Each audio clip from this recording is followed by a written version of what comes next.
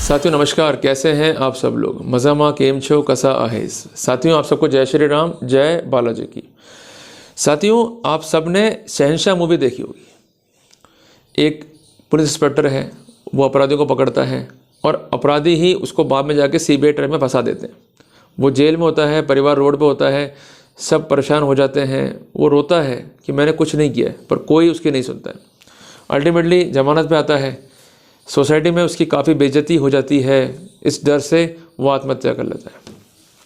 साथियों वो सिर्फ मूवी का एक महज सीन था, पर रियल लाइफ में जब एक करप्शन केस रिपोर्ट होता है अखबारों में, तो एक लोक सेवक की इज्जत, छवि धूमिल सी हो जाती है। वो किसी को मुंह दिखाने लायक नहीं रहता, उसके अपने ही उससे मुंह मोड़ लेते हैं। वो रोता है, परेशान होता है, वो हर दरवाजे पर जाता है जहाँ से उसे मदद मिल सकती है, पर कोई भी उसकी सुनवाई नहीं करता। सब यही कहते हैं कि पहले बरी हो जाओ फिर देखते हैं। साथियों बेसिकली करप्शन केस में आप फंसे या फंसा दिए गए, वो एक अलग स्थिति है। तो करप्शन केस को लेकर जो हमारा माइंड सेट है वो सिर्फ इतना ही है कि पैसे लिए और पैसे मांगे, पर ऐसे कई अन्य मोड्स भी हैं जिसके जरिए हम करप्शन केस में फंस सकते हैं या फंसा दिए जा सकते हैं। उदाहरण के लिए कोई व्यक्ति आपके बिहार पे जो है रिश्वत मांग रहा है, आपको पता नहीं है, उसको ट्रैप कर लिया सीबीआई एसीबी ने, तो उसके मार्फत आपको भी ट्रैप कर सकती है। कोई व्यक्ति जो है आपको रिश्वत देने का प्रयास कर रहा है और आप में समझदारी नहीं है, अल्टीमेटली उसने रिकॉर्डिंग कर ली, ये रिकॉर्डिंग सीबीआई के पास है, एसीबी के पास है, और वो नोट जो है प्लांट कर गया, आपको ट्रैप कर लिया सीबीआई ने या एसीबी ने, बिजनेस ने, आपकी लाइफ बर्बाद। आपके पास जो है संपत्तियाँ हैं, बट इनकम के मुकाबले वो संपत्तियाँ बहुत ज़्यादा हैं, इसका आपके पास कोई स्पेसिफिकेशन नहीं है। आप तुरंत जो है बन गए आरोपी करप्शन केस के। आपके पास सरकारी फंड्स हैं और गबन का आप पे आरोप है, गबन आपने नहीं किया पर आप पे आरोप है, तुरंत बन गए आप मुलजिम करप्शन केस के। तो साथियों ये तो है कार्रवाइयाँ जो डिपार्टमेंट कर रहा है, पर कई बार ऐसा होता है कि डिपार्टमेंट कार्रवाई नहीं कर रहा है। हम कुछ बोनाफाइड मिस्टेक करते हैं और ये मिस्टेक कॉमनली हम करते हैं, जिसके मार्फत हम लोग आरोपी बन जाते हैं एक झूठे करप्शन केस में। मैंने अपने रिसर्च स्टडी के अंदर ऐसे 7 मिस्टेक्स जो हैं आइडेंटिफाई करी हैं जो कॉमनली हम परफॉर्म करते हैं। अगर हम ये परफॉर्म ना करें या इसको अवॉइड करें तो निश्चित तौर पर इस समस्या से हम बच सकते हैं। और आधुनिक समय में 50% फॉल्स केसेस का जो कारण है वो ये 7 फैक्टर हैं जो मैं आपसे डिस्कस करने जा रहा हूँ। फैक्टर नंबर 1, जल्दबाजी करने की स्थिति। साथियों बेसिकली उतावलापना हम सब में, पर कई बार ऐसा होता है कि अगर हमारी पोस्टिंग जो है फील्ड में, मान लीजिए कि आप पुलिस में हैं या जीएसटी दफ्तर में हैं, जिनका बेसिक काम क्या है कि अपराधियों को पकड़ना और जिन्होंने देश का टैक्स का पैसा खाया है उन पर सख्त कानूनी कार्रवाई करना। क्लियर है बात ये। या कई बार ऐसा भी होता है कि किसी व्यक्ति ने चोरी करी है तो उससे कोई आर्टिकल जो है रिकवर करना। बट बेसिकली क्या था कि जब आप लोग आर्टिकल रिकवर कर रहे होते हो या टैक्स को जो इवेट किया गया है उसका पैसा जो है मांग रहे होते हो, तो आप लोग सीधा कॉरेस्पॉन्डेंस करते हो कंसर्न आरोपियों से या कल्प्रिट से।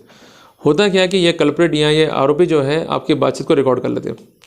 आप बोनाफाइड हो, आप सिर्फ टैक्स का पैसा चाह रहे हो, जो आर्टिकल चुराए गए हैं उनको दोबारा मांग रहे हो, पर ये रिकॉर्डिंग में क्या शो करते हैं कि ये अनड्यू बेनिफिट मांग रहे हैं, कोर्ट वार्डो से मांग रहे हैं। आपकी इंटेंशन नहीं है, पर रिकॉर्डिंग आपकी इंटेंशन को रिफ्लेक्ट कर रही है, तो उससे इंटरप्रिटेशन निकाल लेती है सीबीआई, एसीबी या विजिलेंस, और फर्जी करप्शन केस में इन्वॉल्व होने की आपकी पॉसिबिलिटी बढ़ जाती है। इसका रेमेडी क्या है कि जब भी हम कोई डिमांड कर रहे हैं, मीन्स डिमांड है पैसों की, और पैसा कौन सा, रिश्वत का नहीं है, पैसा किस चीज़ का है कि कोई टैक्स की डिमांड आ रही है, कोई आर्टिकल चोरी हो गया है उसकी डिमांड है और उसको जो है सीज़ करना है, उसको सीजर करना है, तो जो प्रोटोकॉल कानून में दिए गए हैं उसको जो है फॉलो करना है। और अगर हम पुलिस में हैं खासकर, तो अभी रिसेंट में हमें सेक्शन 105 BNSS, सेक्शन 85 BNSS को फॉलो करना है और हर कार्रवाई लिखित में करनी है, मुँह से कम बातचीत करनी है। और आर्टिकल ला के पेश करने के लिए भी आप अगर नोटिस दे रहे हैं आरोपी को, तो वो कार्रवाई भी लिखित में करनी है।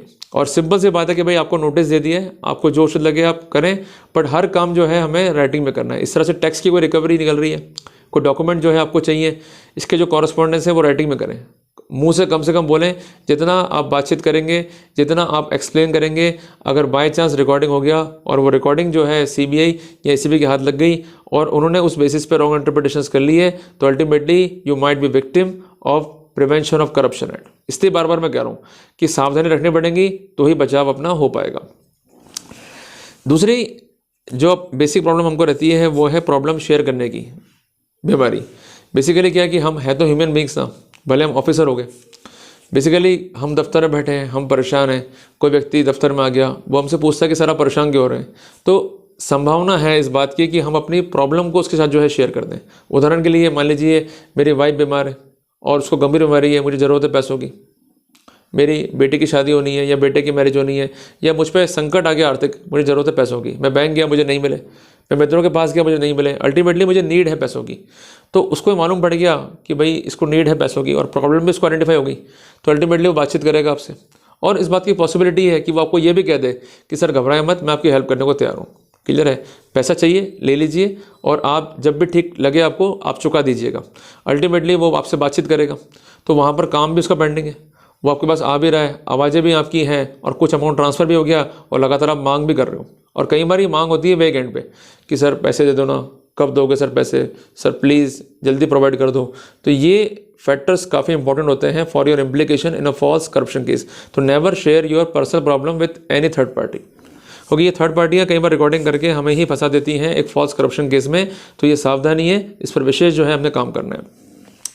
थर्ड पॉइंट पे है कि ट्रस्ट डेवलप करने की बीमारी। हम हर आदमी पे जो है ट्रस्ट कर लेते हैं, कभी जो है ट्रस्ट नहीं करना है। If you are a public servant, अगर आप ट्रस्ट करेंगे तो कई बार देखा गया है इस ट्रस्ट का नाजायज़ फ़ायदा उठा करके कई बार परिवादी ही आपको इन्वॉल्व कर देता है एक फॉल्स करप्शन केस में। कई बार ऐसा होता है कि जो परिवादी है उससे हमारे संबंध अच्छे हो गए, उसका हमारे दफ्तर में जो है आना जाना है, उसका हमारे घर पर आना जाना है। कई बार ऐसा होता है कुछ काम हमको बताता है, हमको लगता है कि भाई आदमी अच्छा है, काम करना चाहिए, और वो काम नाजायज़ भी नहीं होता है, पर वो क्या करता है कि हमें फंसाने की नीयत से हमारे जो दुश्मन है या जो हमारे अपोनेंट्स हैं उनसे मिल जाता है और अल्टीमेटली कुछ ऐसी बातचीत करता है जिससे बू आती है उस कंसर्न कॉन्वर्सेशन से कि कोई ना कोई पैसों की बातचीत चल रही है। अब वही संभाषण या कॉन्वर्सेशन जो है रिकॉर्ड कर लिया गया और ये सीबीआई या एसीबी के पास पहुंच गया, तो वो लोग भी इंटरप्रिटेशन निकाल लेंगे कि ये लोक सेवक जो है भ्रष्ट है और पैसों की मांग कर रहा है। तो एक ट्रस्ट फैक्टर जो है हमारा कितना नुकसान कर सकता है। क्लियर है बात? इसलिए विश्वास करो पर हर किसी पे नहीं। और इस बात का विशेष ध्यान रखो कि जिसके साथ आपकी ऑफिशियल डीलिंग है उसके साथ तो ना तो कोई प्रॉब्लम शेयर करनी है, ना ही उस पर ट्रस्ट करना है और ना ही उस केस में जल्दबाजियाँ करनी है। करोगे तो आप मारे जाओगे। इस बात को जो है दिमाग में सेट कर लो। चौथी बात है ज़्यादा बोलने की टेंडेंसी। साथियों कई बार देखा होगा आपने सीबीआई केस में, विजिलेंस केस में कि लोक सेवक जो है सामान्य बातचीत कर रहा है पर उसकी ज़्यादा बोलने की टेंडेंसी है। कई बार हमारे पास में लोग आते हैं परेशान होते हैं, हम भी कहते हैं कि भाई घबरा मत, हम बैठे हैं, बट वो गया जीएसटी के ऑफिसर के पास में, भाई तो घबरा मत, तेरा टैक्स हम कम करा देंगे, कार्रवाई ड्रॉप कर देंगे। हम केवल दे रहे हैं उसको सांत्वना, तसल्ली दे रहे हैं, बट उस तसल्ली को, उस सांत्वना को, उस बातचीत को उसने रिकॉर्ड कर लिया तो वो डेफिनेटली जाएगा सीबीआई के पास में, वहाँ पर आएगा रॉन्ग इंटरप्रिटेशंस और अल्टीमेटली आप उस रॉन्ग इंटरप्रिटेशन का शिकार हो जाओगे and you will be the victim of concern corruption case. तो कोई व्यक्ति को प्रॉब्लम है, आपके दफ्तर में आ रहा है, तसल्ली मत दो उसको, कम बोलो, अपना काम से काम रखो। उसको तकलीफ है, डॉक्यूमेंट्स क्या सबमिट करने हैं, कैसे करने हैं, उसके लिए उसके सलाहकार हैं, उनसे वो राय ले आएगा, पर आप सलाह मत दो उसको। सिर्फ वो आता है, उसकी फाइल आ गई, उस पर कर दो एडजुडिकेशन और ऑर्डर जो है बाहर भेज दो, वो अपने आप ऑर्डर पढ़ लेगा और जो भी रेमेडी है वो अवेल कर लेगा। भाई कई बार देखा मैंने जीएसटी के ऑफिसर होते हैं या एडजुडिकेटिंग अथॉरिटी होती है, वो जो कंसर्न्ड क्लाइंट्स हैं उनको अंदर चैम्बर बुला लेते हैं, चैम्बर हियरिंग करते हैं, उनसे बड़ा मैटर समझने का कोशिश करते हैं कि भाई ये टैक्स इवेजन कैसे हुआ। और उसमें क्या होता है कि कुछ बातचीत पैसों को लेकर हो जाती है, पर वो पैसे कौन से हैं, सिर्फ टैक्स की रिकवरी को लेकर। पर इंटरप्रिटेशन में क्या रहता है कि आप रिश्वत की मांग कर रहे हैं और कई बार ऐसा होता है कि वो पैसे सहित जो है अफसर जो है गिरफ्तार रहते हैं या पैसे सहित गिरफ्तार भी नहीं हो रहे हैं, तो वो पैसों को प्लांट कर दिया जाता है ताकि ये शो कर सकें कि अफसर के कहने से मैंने पैसे जो है फला फला जगह पर रख दिए। तो इसलिए ये कॉमन मिस्टेक्स हैं, ये ना करें। क्योंकि आप एक बात दिमाग में सेट कर लें, demand is the basis for prosecution under the PC act. अगर डिमांड ही नहीं, हम बोल ही कम रहे तो नुकसान हम कम खाएंगे। क्लियर है? हालांकि इस बात की पॉसिबिलिटी हो सकती है कि ये पैसे जो है गेस्चर से मांग रहे हैं, ठीक है जी, तो अपने चैम्बर में सीसीटीवी के एक्सेस जरूर रखें, इस बात का विशेषता ध्यान रखें। दूसरी बात, किसी भी थर्ड पार्टी को या बाहरी व्यक्ति को अपने चैम्बर में कम से कम बैठाएं, मात्र 1 मिनट 2 मिनट, रवाना कर दो उसको, कम से कम बैठाओ, जितना कम बोलोगे उतना ही सुखी रहोगे। क्लियर है? और किसी ने कहा भी ना लंबा चलना है तो कम खाओ और कम बोलो, तो वो फ़ायदा तभी मिलेगा जब उसको अमल करोगे आप। साथियों सबसे मेजर प्रॉब्लम जो मुझे देखी है इन दिनों में वो है व्हाट्सएप का अधिक यूज़। जो हमारी पर्सनल चैट है वो भी हम एक ही व्हाट्सएप से कर रहे हैं, जो हमारी बिजनेस चैट है वो भी हम उसी व्हाट्सएप से कर रहे हैं। प्रॉब्लम यहाँ नहीं कि हम क्या कर रहे हैं, प्रॉब्लम ये कि अगर वो व्हाट्सएप का उपयोग करके हमने लॉगिन कर लिया व्हाट्सएप वेब के अंदर, तो डाटा हमारा हो गया सिंक्रोनाइज। अब कई बार ऐसा होता है कि हम लोग व्हाट्सएप वेब से लॉग आउट करना भूल जाते हैं, किसी अफसर ने कॉल कर लिया और हमको जो है जाना पड़ गया किसी काम से, हम लॉग आउट करना भूल गए, शाम को घर आ गए, लॉग आउट जो है करना भूल गए, तो डाटा हमारा वहाँ पड़ा हुआ है, तो हमारा जो प्राइवेट मैसेज है वो भी हो गया। और कई बार ऐसा होता है कि हमारे मित्र से हम उधार ले रहे होते हैं या किसी अन्य व्यक्ति से उधार ले रहे होते हैं, तो वो लगातार कम्युनिकेशन हो रहा है पैसों को लेकर के, तो अल्टीमेटली इस बात का इंटरप्रिटेशन निकाल लिया रहता है कि आप लोग करप्शन में इन्वॉल्व हो और पैसों की मांग कर रहे हो। उदाहरण के लिए मैं दफ्तर में हूँ, परेशान सा हूँ, मुझे पैसों की ज़रूरत है, तो मैंने किसी ना किसी व्यक्ति विशेष से पैसों की मांग कर ली, क्लियर है। अब अल्टीमेटली मैसेजेस में क्या आ रहा है कि भाई रुपए जो है चाहिए, तो वो कह रहा मैं दे दूंगा, भले वो एंटी करप्शन ब्यूरो नहीं जा रहा है, बट वो मैसेज लग गए आपके डिपार्टमेंट के व्यक्ति के हाथ, क्लियर है। पर वो मैसेजेस क्या है, केवल एक मांग को इंडिकेट कर रहे हैं। वो मांग कैसी है, आपकी पर्सनल नीड को लेके, उधार को लेके, बट उसका इंटरप्रिटेशन क्या आ गया कि आप सब लोग मिलकर जो है करप्शन कर रहे हो, क्लियर है। तो करप्शन का कोई वास्ता उस कॉरस्पॉन्डेंस से नहीं है, पर चूंकि मैसेजेस का नेचर इस तरह से है कि उन्होंने करप्शन को मान लिया, ultimately you will be the victim of a false corruption case. तो आप गलती ऐसे मत करो, आप कोशिश ये करो कि जो आपका व्यक्तिगत व्हाट्सएप चैट्स है उसको अलग व्हाट्सएप में रखो, और जो बिजनेस वाले चैट्स हैं उसको व्हाट्सएप बिजनेस के मार्फत करो, ताकि इन सिली मिस्टेक के मार्फत हम फंसे नहीं और एक गलत कार्रवाई का हिस्सा ना बने, क्लियर है। साथियों, इसके अलावा मैंने फैक्टर देखे कि नॉन अकाउंटिंग का जो फैक्टर है वो जो है मेरे को दिखाई दिया। बेसिकली क्या होता है कि हम लोग अकाउंटिंग्स नहीं करते हैं, हमारी वाइफ क्या करती है हमें यही नहीं पता, क्योंकि हम उसको शो करते हैं हाउसवाइफ, हमारे बच्चे क्या कर रहे हैं हम उनको भी शो करते हैं बेरोजगार। कई बार ऐसा होता है कि ट्रैप कार्रवाई के बाद में जब हमारे घर में सर्च होता है, असेट मिलता है, तो उसकी प्रॉपर अकाउंटिंग नहीं होती है, क्लियर बात ये है। तो प्रॉब्लम ये रहती है कि जो हमारी इनकम है उसके बेसिस पे ही असेट का निर्धारण करते हैं और हमारे पे केस बना रहते हैं 31E PCAT का। ऐसे मैंने केसेस देखे हैं रिसेंटली ऑनरेबल सुप्रीम कोर्ट के। महत्वपूर्ण जजमेंट है दिनांक 4/12/2024 का, जिसमें ये स्पष्ट है कि इनकम टैक्स रिटर्न को भी कंसीडर कर सकते हैं वाइफ के भी। उस केस में क्या हुआ था कि वाइफ की इनकम को जो है जोड़ा नहीं गया, पर उसके रिटर्न जो है जब बाद में पेश हुए तो कोर्ट ने कहा कि वाइफ की इनकम और हस्बैंड की इनकम को जोड़ा जाएगा, और इसको क्लम करने के बाद में जो एक्सपेंडिचर है, जो असेट है, उनको देखा जाएगा। अगर तब भी डिफरेंस आएगा तो केस बनेगा, डिफरेंस नहीं आ रहा तो केस नहीं बनेगा। तो बेसिक समझदारियाँ हमें ऐसी मुसीबतों से इम्प्लीकेशन में बचा सकती हैं। इसके अलावा कोई मकान आप बना रहे हैं, कोई आप प्रॉपर्टी खरीद रहे हैं, इवन कार तक खरीद रहे हैं, वो खरीदो लोन के ऊपर, एक सोर्स डॉक्यूमेंट जो है वहाँ पर रहना चाहिए। घर में कैश नहीं मिलना चाहिए। कई बार क्या होता है कि हमारे मित्र ने कहा भाई घर में कैश रख लो, मैं घूम के आ रहा हूँ, आपने कैश रख लिया, घर में कैश मिल गया, पकड़ में आ गए, तो वहाँ पर जवाबदेही जो है भारी पड़ जाती है, क्लियर है। आपको ऐसा काम कर रहे हैं जहाँ पर सरकारी फंड्स इन्वॉल्व हैं, आप कोशिश कीजिए कि जो भी अकाउंटिंग कर रहे हैं वो टाइमली कर लें। एक्चुअली क्या होता है कि देख लेंगे जी, बाद में कर लेंगे जी, तो ऐसा करते करते जो है टाइम बीत जाता है, पर जब अकाउंटिंग करने बैठते हैं डाटा होता है मिसमैच, और आप जो है पार्टी बन जाते हैं due to failure of audit. तो साथियों ऐसा ना हो, इसलिए बिल्कुल आपको अलर्ट रहना पड़ेगा और टाइमली जो है आपको जगना पड़ेगा, क्योंकि देखो समय बदल गया है। 1988 में कानून आया था, तब टेक्नोलॉजी नहीं थी, अभी टेक्नोलॉजी है, और आए दिन आप अखबारों में पढ़ रहे हो कि सरकार जो है हमें ट्रैक कर रही है। आप ये मांग के चलिएगा कि आप 24 घंटे जो है ट्रैकिंग के अंदर हैं, आप घर में हैं, कुछ डिवाइसेस ऐसे हैं जो आपकी बातचीत को सुन रहे हैं और डाटा जो है पहुंचा रहे हैं इंस्टीट्यूशंस तक।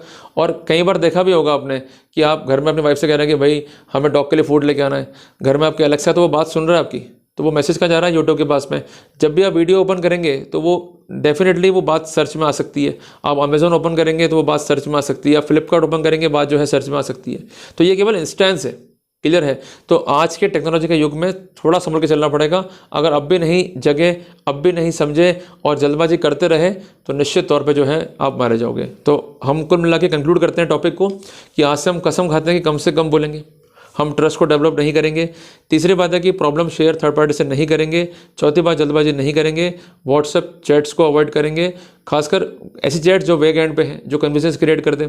जो अपनी पर्सनल चैट है और जो अपनी व्यापारिक चैट है उसको अलग अलग करेंगे। व्यापारिक मीन्स जो हम ट्रांजेक्शंस कर रहे हैं, क्लियर, उसको अलग अलग करें।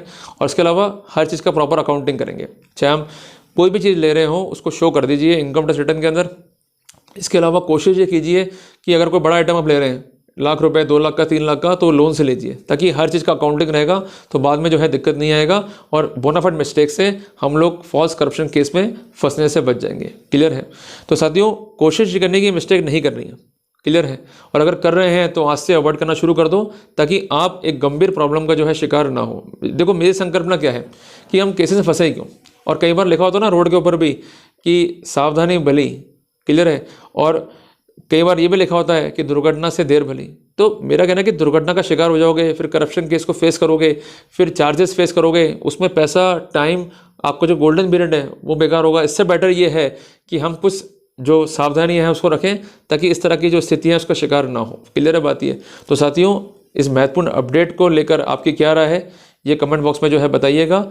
जल्दी मिलते हैं अपन एक नए टॉपिक के साथ। टिल देन, जय हिंद, जय भारत।